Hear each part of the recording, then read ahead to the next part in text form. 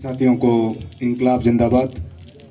2 महीने लग गए शक्ल दिखाते हुए तो जो उत्पीड़न हमने उस रात सहा, अभी शिवनारायण भाई बोल रहे थे कि मैं वहाँ मौजूद नहीं था, तो मैं वहाँ मौजूद था उस दिन और शायद 2 महीने हो गए, अभी भी पीठ पे निशान है, अब तक निशान नहीं गया लाठियों पे।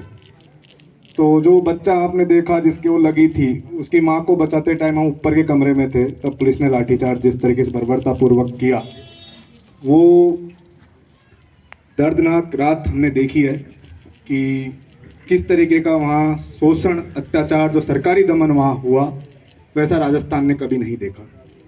जो ऊपर वाला एक कमरा था 10 बाई 20 का, उसके अंदर तीनों दरवाजे बंद कर दिए गए हैं। पुलिस ने मतलब शीशा तोड़ के आंसू गैस के गोले उसके अंदर डाले हैं और उसके अंदर बच्चे भी मौजूद थे, महिलाएं मौजूद थे, बुजुर्ग मौजूद थे, युवा मौजूद थे। तो जो बर्बरता हमने देखी है उसको आप महसूस नहीं कर सकते, लेकिन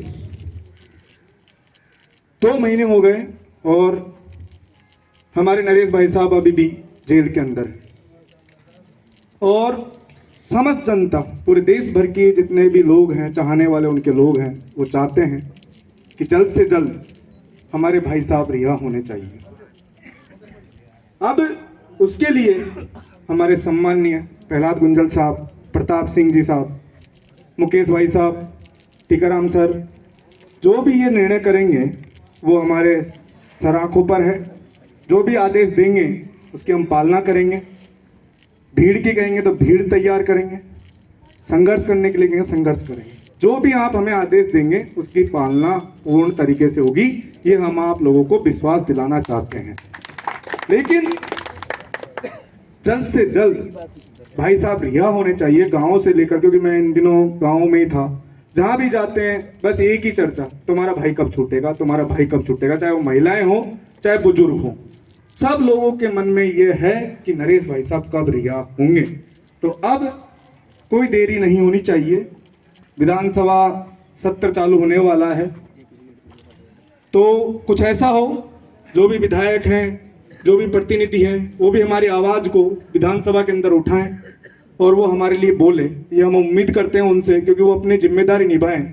उन्हें जनता ने विधानसभा में इसलिए भेजा है कि जब भी कोई इस तरीके की एट्रोसिटी हो तो उसके खिलाफ कम से कम वो आवाज तो बुलंद करे। लेकिन हम देख रहे हैं कि सब लोग चुप्पी साधे बैठे हैं, पता नहीं उनको कौन सा डर सता रहा है। तो उनकी चुप्पी टूटनी चाहिए, उन्हें हमारे हक अधिकार के लिए खड़ा होना चाहिए, समरावता गांव की जनता के लिए खड़ा होना चाहिए। और जिन युवा साथियों का नुकसान हुआ, जिनकी गाड़ियां जली, जिनकी मोटरसाइकिलें जली, जिन किसानों के वहां घरों को नुकसान हुआ, उनके मवेशियों को नुकसान हुआ, उसकी भरपाई सरकार को करनी चाहिए। ये डिमांड यहाँ से उठनी चाहिए और विधानसभा के अंदर भी जो हमारे जनप्रतिनिधि हैं उनको ये बात उठानी चाहिए, ये मैं कहना चाहता हूँ। तो साहब, आप लोग जो आदेश करेंगे वो हमारे सर माथे पे होगा, सब युवाओं के सर माथे पे होगा और हम आपके साथ कंधे से कंधा मिलाकर खड़े होंगे। धन्यवाद। इंकलाब जिंदाबाद।